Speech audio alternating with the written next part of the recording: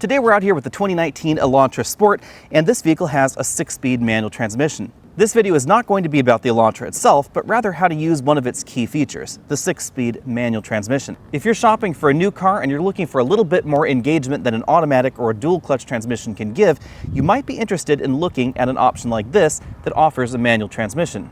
First things first, let's talk about the parts involved. The first and obvious difference is this shifter right down here. The Elantra Sport has a 6-speed manual transmission, and you can see the pattern of the shifts right here on the top. Although there are some variations, most manual transmissions follow either one of two conventions. Reverse is either on the left or on the right. If I shield the glare, you can see that the R is over here on the left.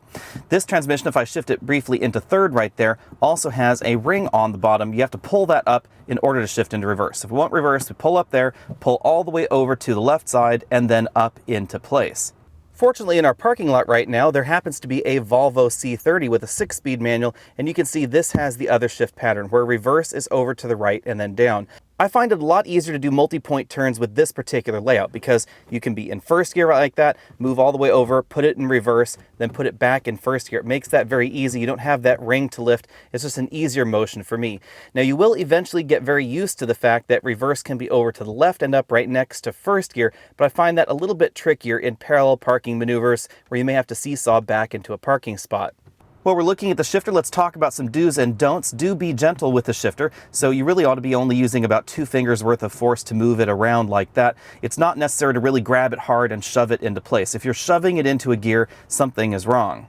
The way that modern transmissions and their synchros work, the transmission will, generally speaking, resist being shifted into a gear it's not supposed to be in. So it'll resist being shifted into reverse if you're moving forward at any great speed. If you're going quickly on a freeway in 6th gear and you try and put it into first, it'll also really resist that push into first. And the last thing to remember is that even though it is definitely a habit to get into, you should try to avoid resting your hand on the shifter, even if you're going to be shifting gears relatively soon. It's better for the transmission if you remove your hand from the shifter and then place it back on the shifter for your next shift. Premature wear of the forks inside the transmission that are actually handling that gear shifting can result if you just hang on to the shifter as it's bopping around as you drive. The next thing to know is that the pedals are a little bit different than you find in an automatic transmission car. We have an accelerator pedal over here on the right. We have a brake pedal that is, generally speaking, smaller than the brake pedal you'll find in an automatic transmission vehicle. You notice it's an awful lot narrower. That's because we have this clutch pedal over here on the left. And you need to be able to fit your feet across so you can use the clutch pedal, the brake, and the accelerator pedal at the same time. The left foot is used on the clutch pedal, the right foot on the brake and the accelerator pedal. So if you're one of those people that tends to drive an automatic transmission vehicle with your left foot on the brake and your right foot on the accelerator pedal, this may take a bit of adjustment. Right behind the shifter, we find another important feature of cars with manual transmissions, the parking brake. Always be sure and set the parking brake, the handbrake, whatever you want to call it, when you park your manual transmission car. That's because if we move back over here to the shifter, you'll notice that none of these options here is P like we would find in an automatic transmission. It's simply not the same sort of thing.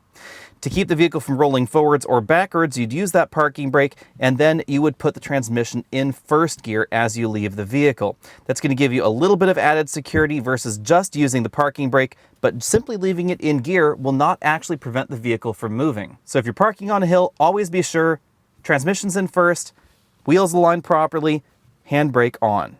Now let's talk about how some of these components work. Why do cars have transmissions in the first place? It's all about mechanical advantage. Although not exactly the case, let's think of it with sort of wrenches right here. If you want to remove a stuck bolt or start moving a very heavy car from a standstill, you're going to want a longer bar. As they say, if you had a bar long enough, you could move the world. And then once the bolt is unstuck and things are moving along, you can then move to a smaller wrench. That's basically what's going on inside a transmission. You want the greatest mechanical advantage in first gear to get you moving. And then for highway fuel economy, you're going to want a final gear that is really high, so that way the engine is not spinning as fast. Forks. Well, not this fork, but something that actually looks kind of like a fork, and that's why it's called a shift fork. They're inside the transmission, and this is what actually is moving the gear elements around, engaging one, disengaging the other, so you can actually shift gears. Now, to make this possible and to make starting possible, we have a clutch, and for that, I am going to use a cake decorating turntable and a small USB fan. Think of the USB fan as the engine.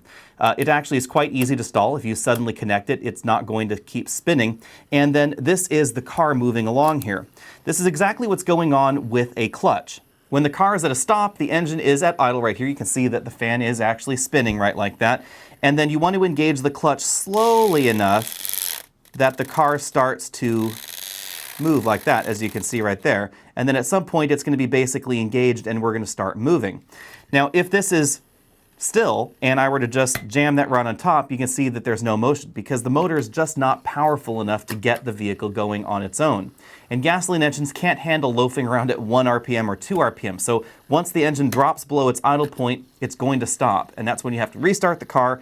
At that stoplight, everybody's honking at you. That's exactly what's going on. So remember, you have to feather the clutch in a little bit to get this motion started. This feathering action really is the most important thing to remember about a manual transmission vehicle. The clutch is not an on-off switch. It's not digital, on-off, on-off. If you treat it that way, you're going to wear things out, and of course, you're going to be stalling an awful lot. So here's how the process works. The clutch is engaged. We're in first gear. We've accelerated along. We then disengage the clutch. Shift fork goes in, we change to second gear, and then we re-engage the clutch with a little bit of slip, but not as much slip as was required in that initial start off. Then every other gear is the same. We disengage the clutch, shift fork into third, then re-engage the clutch, and then we continue driving along. There is a fine art to this, of course. You don't want to feather it too much because you'll end up burning out your clutch. Now you may have seen manual transmission cars out there with smoke pouring out under the hood because someone's just been burning up their clutch.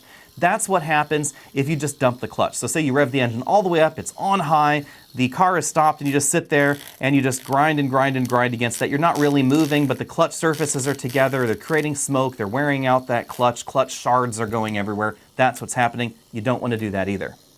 Now that you know how the clutch pedal and the manual transmission work, let's talk about the seating position before we get out on the road. The seating position in a manual transmission vehicle, for me at least, is different than the way I normally sit in an automatic transmission car, because I could comfortably drive an automatic from this position, but for manual transmission I'm going to want to move my seat a little bit further forward. The reason for that is that you want a seating position where you can comfortably have your left foot on the clutch and have the clutch completely depressed all the way to the floor. That's going to help ensure that you completely engage and disengage the clutch. A lot of premature wear can happen if you're a little bit lazy on the clutch and you don't completely disengage the clutch and you're trying to grind it into the next gear. So you want to be sure that you can actually have that complete range of motion on the clutch. You may notice that as you start out with a manual transmission, you'll end up using your leg an awful lot for the clutch action, and then as you get more accustomed to it, it'll be more of a combination of leg and of course the foot action there as well.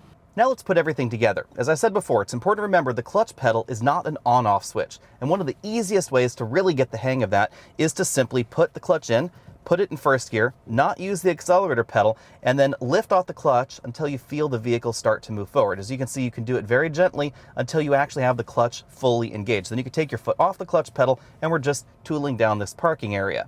I drive a ton of different vehicles every week, and every time I get into a new vehicle with a manual transmission, I like to use this particular trick just to get used to where exactly the clutch engages. It's important to remember that not every clutch is the same out there. This particular clutch in this Elantra has sort of a medium engagement, so it engages right around here in this middle of the travel. You can see my foot moving on the pedal. So after about this point, there's very little happening down there at the bottom of the clutch, and then there's very little happening sort of up here at the top of the clutch pedal as well.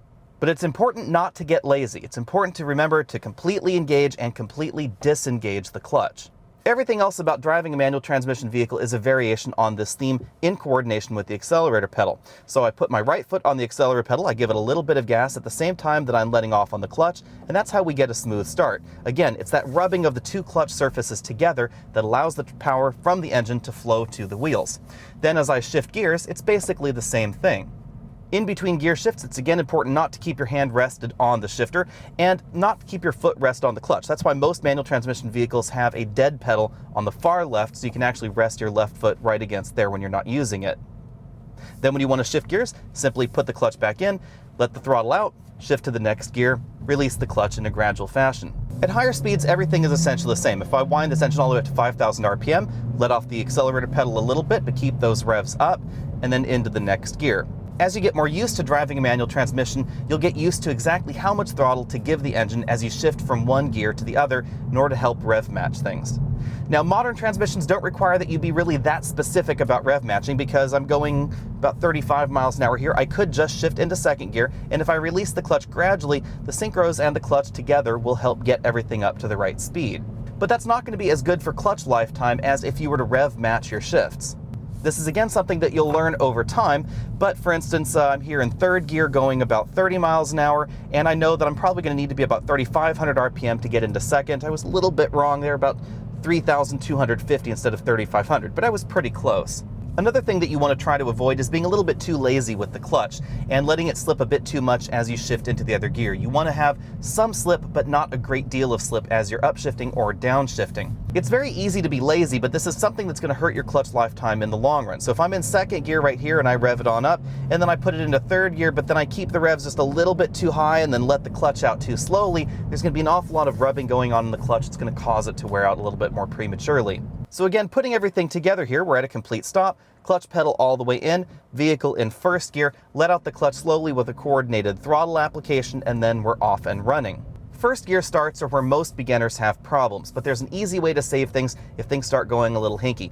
Put the clutch pedal back in immediately. If the engine feels like it's going to stall, put the clutch pedal back in. That'll save you from having to restart the car. The one thing you definitely don't want to do at that instant is give it too much gas, because that'll actually end up slipping your clutch more. You could end up reducing your clutch lifetime. So don't burn out the clutch, just put the clutch back in, restart the process, give it another go. The other frequent question that folks I've taught how to drive manual transmissions have asked me is, how do I know when to put the clutch in as I'm coming up to a stop? This really, in my opinion, is more of a matter of personal preference. In very general terms, you don't want to put the clutch in right away because the engine is giving you a little bit of effective engine braking there, and the vacuum assist systems in older cars works better when the engine is revved up and the throttle plate is close. It's going to give you the most vacuum assistance for the brakes. But obviously, as you sit at a stoplight like this, you're going to want to either be in neutral, or if you think it's not going to last very long, with the clutch in and in first gear. Of course, if it's not a very quick light, you want to be out so that way you're not wearing the clutch spring, etc. Now that the light is green, again, we just simply take off like normal.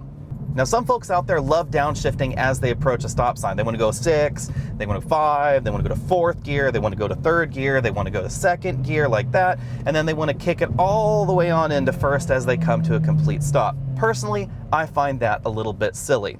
Downshifting to give yourself effective engine braking as you're going down a long hill, that makes a lot of sense, but downshifting every time you approach a stoplight or a stop sign just doesn't make sense. Remember that brake pads are cheaper than clutches.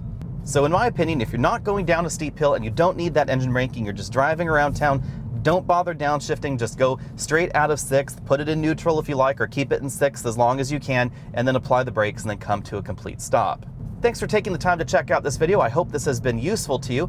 Let me know down there in the comment section below if there are any other topics you'd like us to cover in future videos. If you haven't already done so, click that subscribe button down there at the bottom of your screen. And if you want to support this channel, and I hope you do, be sure to click up there to the top of your screen. You'll be taken on over to patreon.com where you can make a monthly pledge. I'll see you later.